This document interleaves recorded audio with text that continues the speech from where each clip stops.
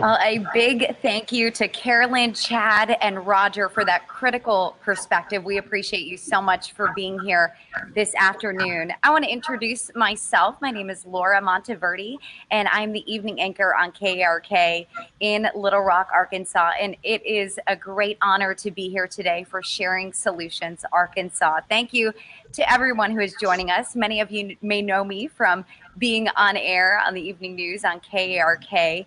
But what some of you may not know is that I have a very personal connection to the opioid epidemic.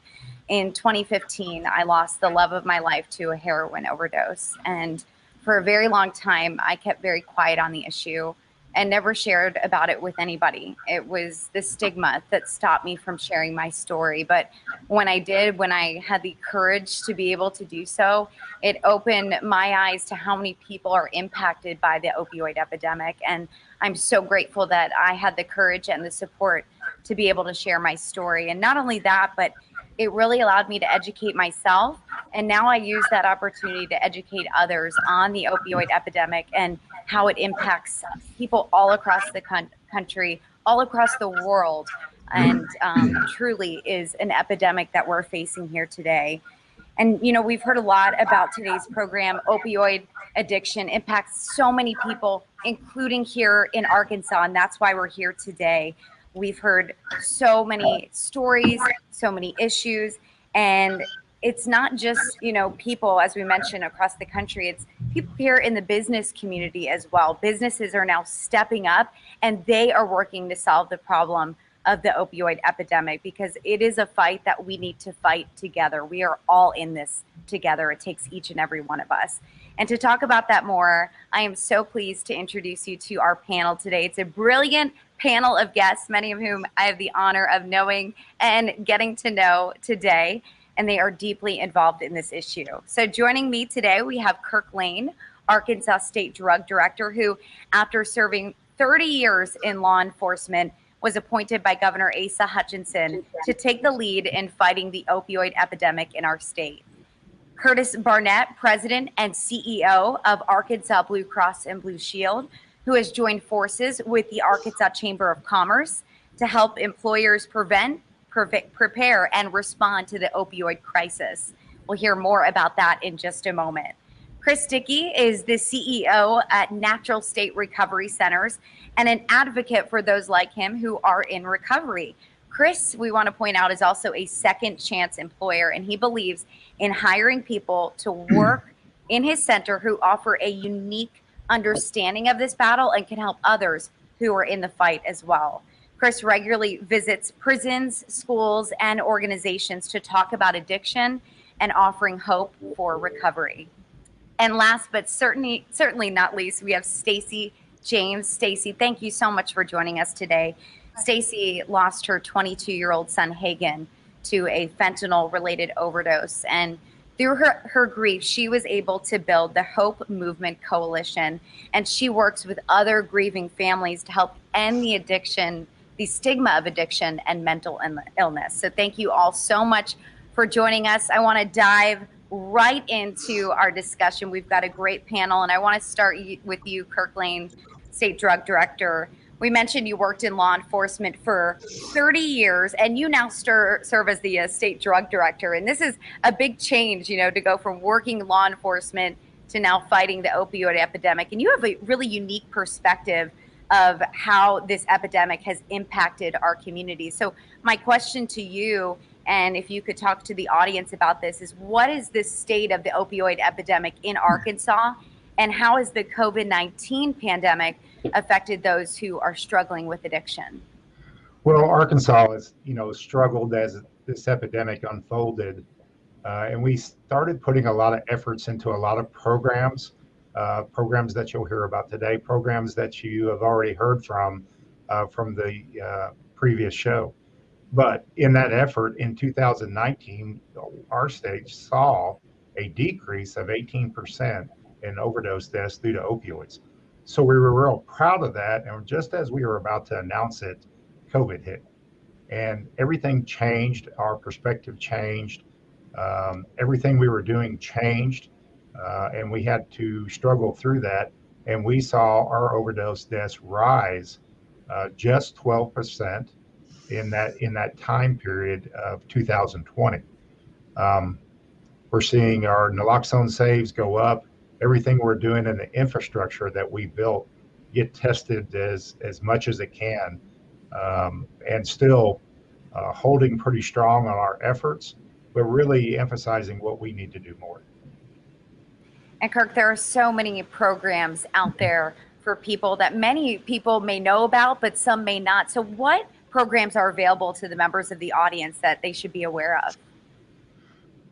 So there's a multitude of multitude of programs that are out there, starting from our drug take-back program. As you know, the National Drug Take-Back was last weekend, to a number of different naloxone programs, many of which we have valuable partners like Mr. Barnett, Criminal Justice Institute, our educational component that we have in there of trying to put that naloxone out there, to our prescription drug monitoring program, which we champion very strongly and very uniquely in our state because of the partnerships there, to all of a sudden moving to treatment and recovery issues that are out there, learning from people that are in recovery of what's really needed to put out that fire, and trying to change the concept of medication-assisted treatment to medication-assisted recovery to help destigmatize those issues that are out there. That's incredible. We talked a lot about stigma and how there is such a stigma, not only surrounding addiction, but surrounding how you recover as well.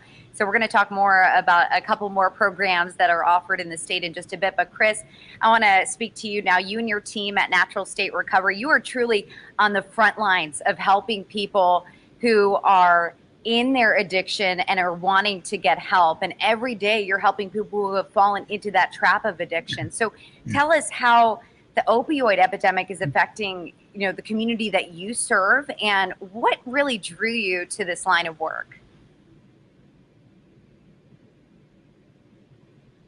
I think Chris is muted, if we can get him unmuted there. Can you hear me? We can hear you, Chris. Go ahead. I appreciate the question, Laura, and I'm humbled and thrilled to be on this panel. I know everybody on here that in the work that they do and the passions for this community.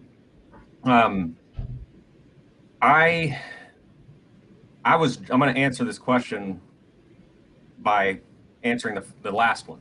I was drawn to this work because of the opioid epidemic and what it was doing to our communities. I was just tired of losing friends, community members to accidental overdose. I mean, we know that there was over 80,000 people last year that lost their lives. And to me, all of those are preventable.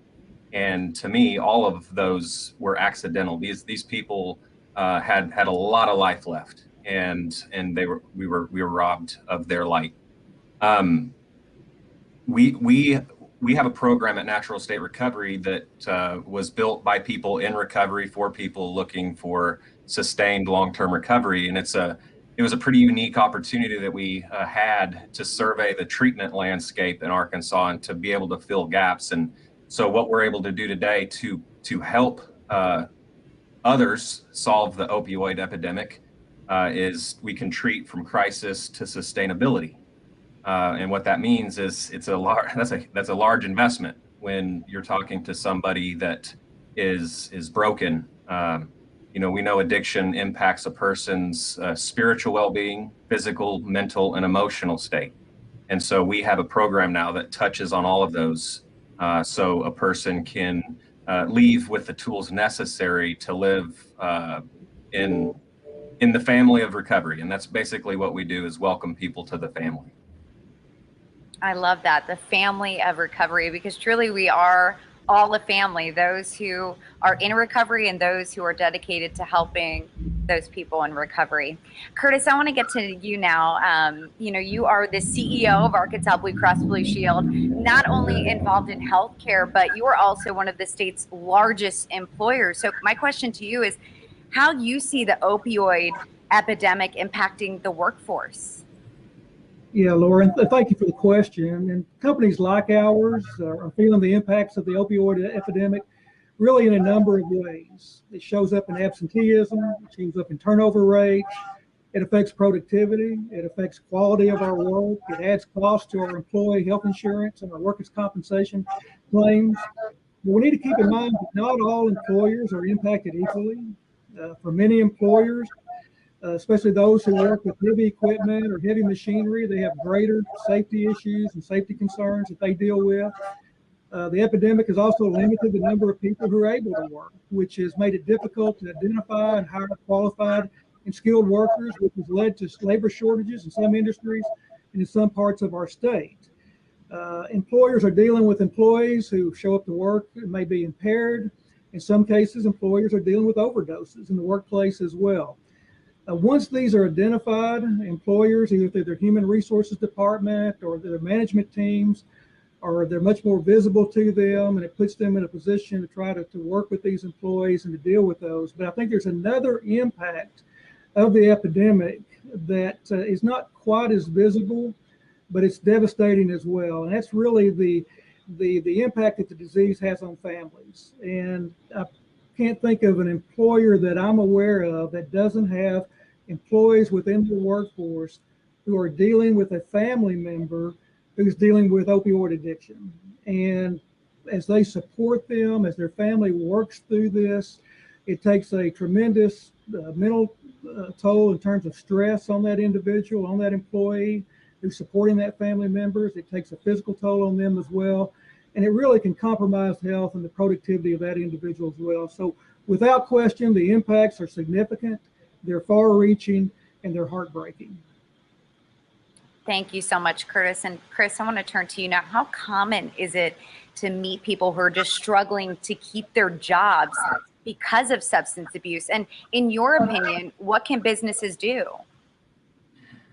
Yeah, that is an interesting question after listening to Curtis share all of those things that addiction can touch on. Sometimes we have people that light up that, check all those boxes.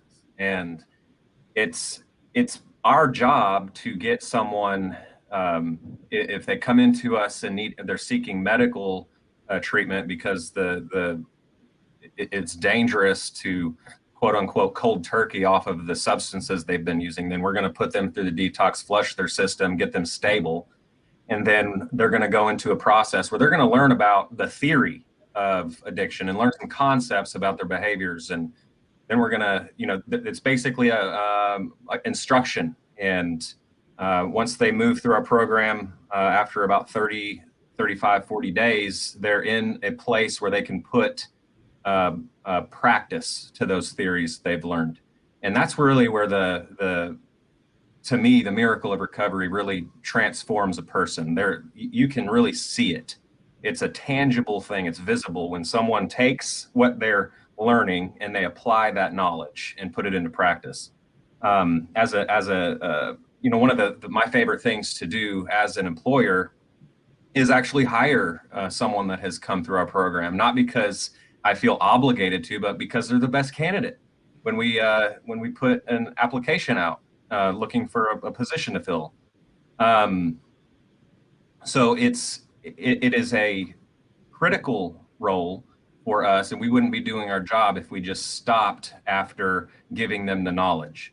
So I need to make this point that it's a large investment, and with Kirk Lane's role at the state in hiring certain personnel to implement peer support specialists in our state, this is where we can really elevate a person's recovery and connect them to their future career, whether it's if they need a credential, we're going to help them find a college program that can assist.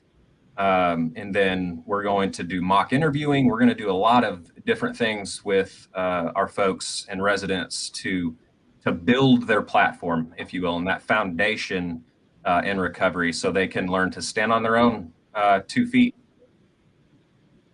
Chris, thank you. And thank you for giving opportunities to those individuals who may not have opportunities elsewhere.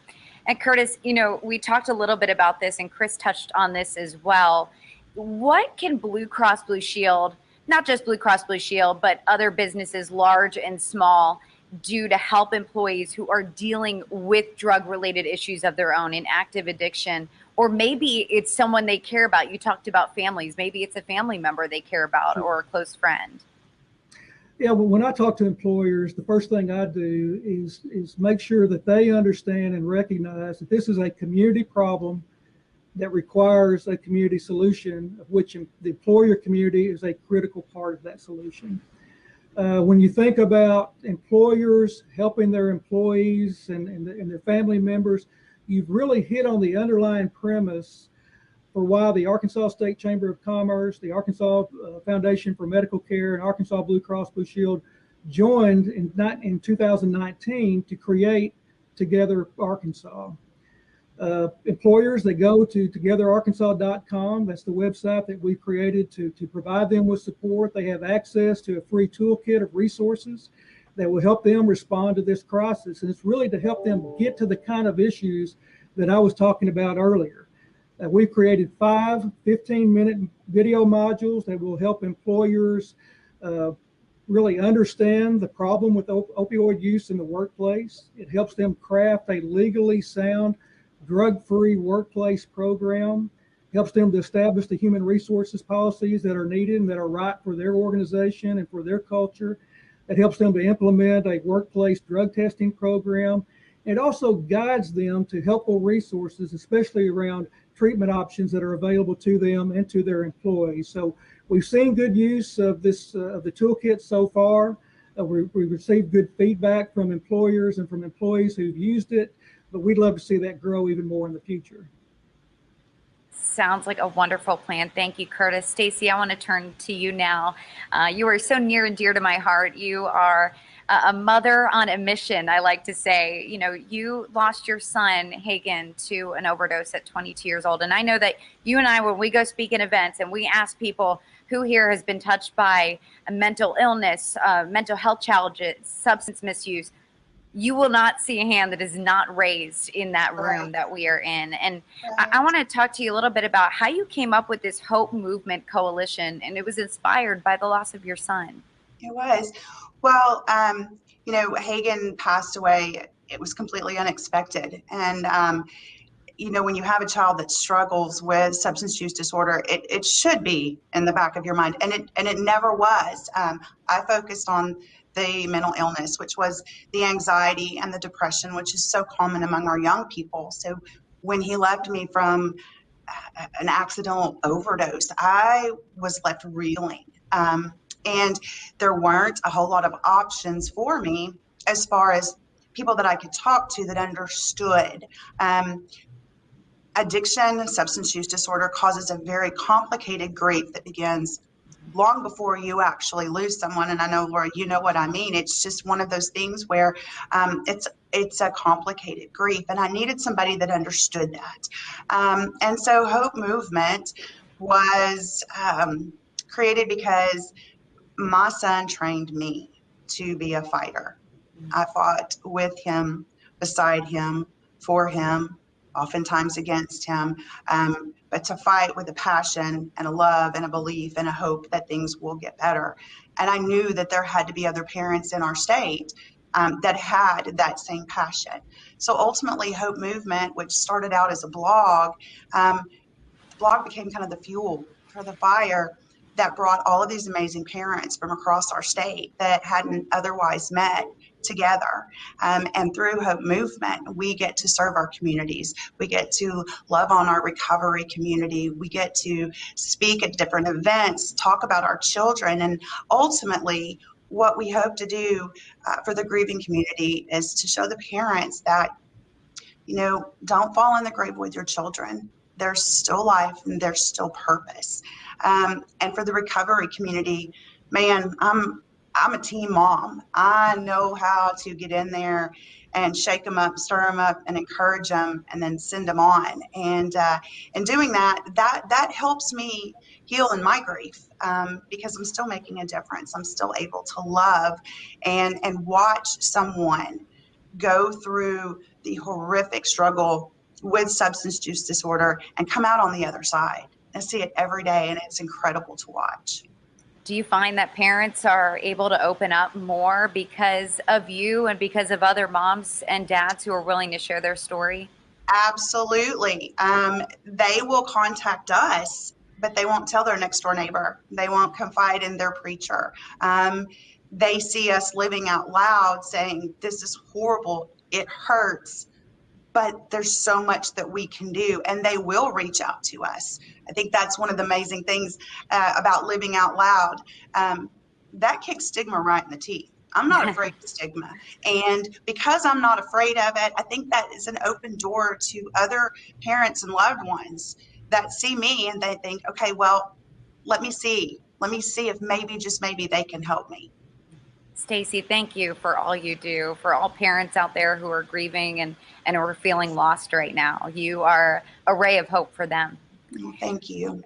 KARK, a lot of the work that you do as state drug director is helping to promote the proper disposal of medications. We talked about Arkansas Drug Take Back Day. We just saw a huge success with that, and making naloxone readily available, or Narcan as some people know it. But you run into resistance there as well. What have you seen with that? Well, I think stigma plays a factor in anything that we do and everything that we do has an educational component. So it's really changing the perception and the culture that our country has been in for years and years, whether our country or our state. We've became a culture, you take a pill to fix anything. And so learning that and trying to change those perspectives across there's a lot of different feelings in there of not wanting to be involved, not wanting to change anything, to feeling guilt or different feelings that are there, that is that stigma that we need to try to understand and conquer in that. But it's been a valuable program. I think it's gotten a lot of buy-in. We're seeing it progress, and we're really proud of a lot of the accomplishments and a lot of the coming together of different people in our community to make it possible. Recently, we reported a story out of Texarkana. It involved a 2-year-old child overdosed on their parents' medication that was left out. And we want to share that story with you. The video just released by the Arkansas Department of Health and Human Services. Take a look.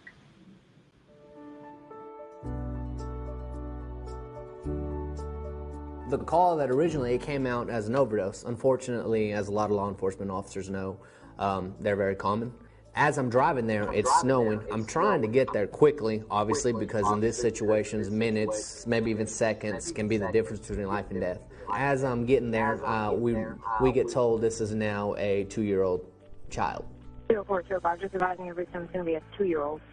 That drives the stakes up even more, So I immediately get on the radio. I'm like, hey, I know they're overdosing. Can you find out what they're overdosing on? Their lady told me, hey, they believe it's Percocet. Well, the Naloxone it helps with any type of opiate.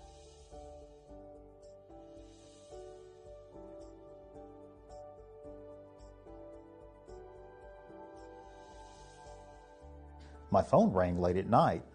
I looked at it, saw that it was Officer Marcos Luna. He wanted to know. He's like, hey, Lieutenant, just real quick, I want to make sure that I can give a 2-year-old Naloxone. I'm like, yeah. So what's going on? And he explained to me that a 2-year-old had gotten a hold of one of the parents' Percocets and ingested it and was having an adverse reaction. The child was overdosing.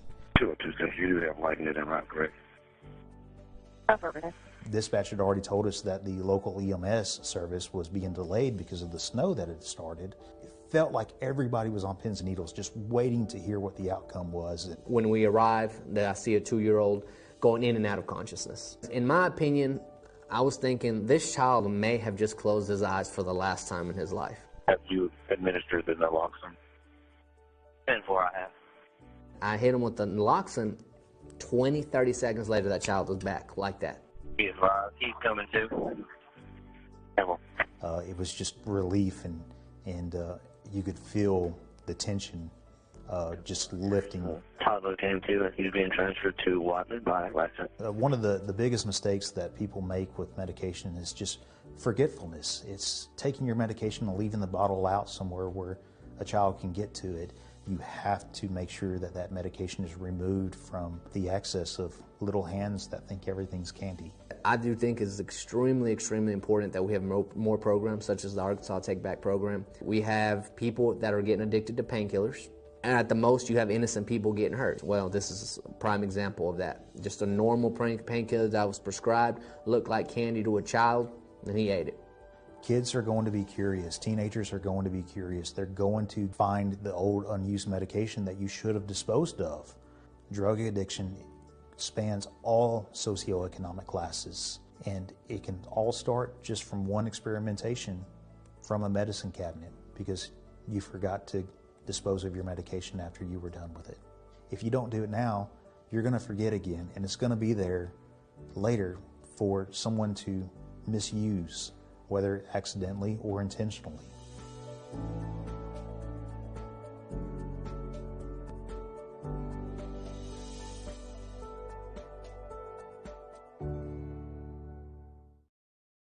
A powerful video right there, produced by Arkansas Department of Health and Human Services. You know, Curtis, KARK talked a little bit about the stigma that surrounds Narcan. It's hard to understand when you see videos like that. Narcan saved a child's life in that incident. What do you say to your fellow employers about Narcan? Yeah. Well, first of all, I mean, we are at Arkansas Blue Cross, we're big believers in naloxone. And we've heard firsthand from our members about how it has saved lives.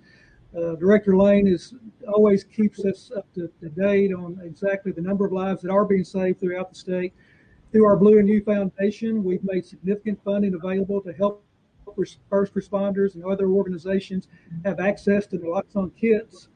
As a health plan, we've tried to make naloxone more available by removing copays, other cost-sharing provisions that are normally charged for prescription drugs.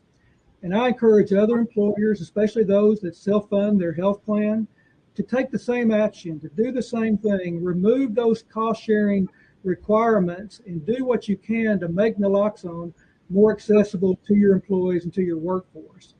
The other things that I would like to encourage employers to do is to sponsor training on how to identify signs of someone who may be experiencing an overdose in the workplace, and to keep naloxone kits available through different parts of your workplace, through different parts of your organization, and train individuals in your organization on how to administer the naloxone kits. So I think those are some really common sense but important things that employers can do to really help out in this situation. Curtis, thank you. And Stacey, briefly, as a parent, your thoughts on naloxone? Oh, it's liquid gold.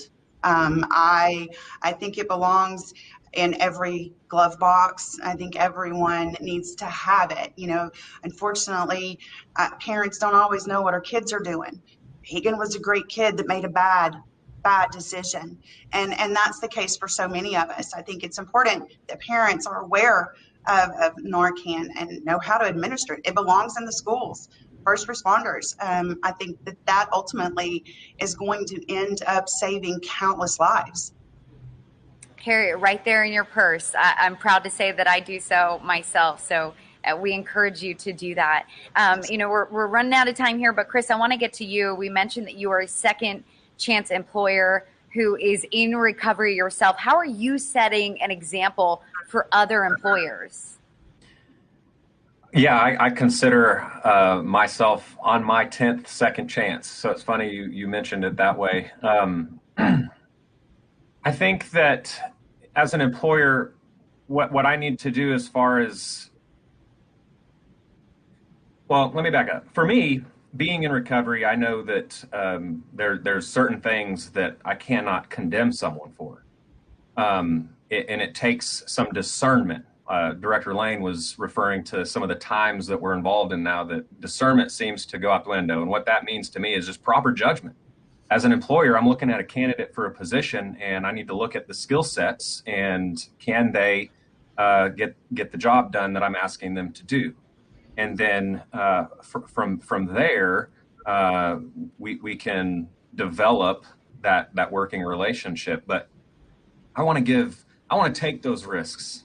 I want to be there and present when someone gets that confidence that a person feels when they know that others are believing in them. It made a huge difference in my life when these certain mentors showed up, and they would help me with my opportunities, and even giving me opportunities. It just did something for my confidence. And now, my substance use history is just a little blip in the background. And, it's, the things that I get to do today, started back then, but those opportunities that I got propelled me to where I'm at today, being able to kind of pay it forward and be in a position to give someone an opportunity. And like I said, I want to make this point again. It comes down to discernment, and I hope that we can all remember what that is instead of going straight to condemnation on certain things. Chris, thank you. Kirk, one thing that you always share when you're speaking at events is that you hire people who you once arrested. I mean, that is just unreal for some people to understand. But what led you to do that? Believe in recovery and believe in these individuals. Well, I think we had to, I personally had to change the way I thought about things to bring forth change. And one thing that I realized very quickly on, that people that were struggling with the substance use disorder weren't frequently at the table to help resolve it. And so just by accident, I ran into a person by the name of Mr. Jimmy McGill, who was presenting at the same presentation I was. And I realized, he let me know very quickly that he knew me better than I knew him, because I had arrested him twice in my career path. So it developed a relationship there. We developed an understanding, and I began learning from him, I think probably more than he's ever learned from me, and how we can bring about change and really make the difference by adding that perspective in to solve the problem. Kirk, thank you. We've covered a lot of ground today, but truly have only scratched the surface of this all. And I want to end on a note of hope. We always want to let people know that there is hope, whether they're struggling right now or they have a child who is struggling, a loved one. So what encouragement can you offer, and what's one message that you want to leave with the audience today? And Stacey, I'll begin with you. Oh, wow. You are not alone. Whether you are personally struggling, you have a loved one that is struggling, or you've lost a loved one from substance use disorder, you are not alone. And stigma is a lie. There are more people for you and in your corner, whatever that corner may be, than against you. And truly, it just takes reaching out. And then I think that people would be so surprised at the warm embrace that they receive from a community that they don't even know exists. They're not alone. Curtis, what about you? What is one message you'd like to leave to the audience today? Yeah, I think for me, I think sometimes we can get so overwhelmed with the enormity of the problem, we lose sight of the progress that we've made. And when I first got involved with this in a significant way about 5 years ago, it was really all about how can we control the supply of opioid prescriptions. And we've realized since then that that's just a small piece of this larger problem. And when I look at this screen and I see the progress we've made, I see the great leadership we have from state government, from Director Lane and from Governor Hutchinson. I see Chris, and I know the great work and the innovative care models that he's driving at Natural States Recovery. I see Stacey James and Paula Cunningham and others who are advocates in our community, and we're making progress. And I think in that progress, we need to see hope in that. Thank you, Curtis. Chris, same question for you. Well, I'm going to try and add value to what the Stacey and Curtis just said. Personally, if you know someone who is struggling with addiction, there is hope. That's the thing I can tell you. We do recover. I'm proof of that. And there are so many. There's so many millions of people thriving today, and life is meant to be lived. So we cannot give up. We cannot give up. And then as a nation, there's something happening. There's something happening in the landscape of how we have approached a person with substance use disorder from the top down. Curtis just mentioned it, and I'll even take it further, from the White House all the way down to state to local. We are in the trenches. We are have so many great minds and eyeballs looking at this now, and we are coming up with solutions daily. We're thinking outside of the box, and really where it boils down to is just loving one another. Really, that's where we can break these walls of stigma, is just show up and be there for someone. And that's the hope for me, because I see it daily. Chris, thank you. Thank you for being an example of hope. And finally, certainly, last but not least, Kirk Lane. Well, I'll be short and sweet. As everybody related to, that love, hope, and understanding is the key to make this happen.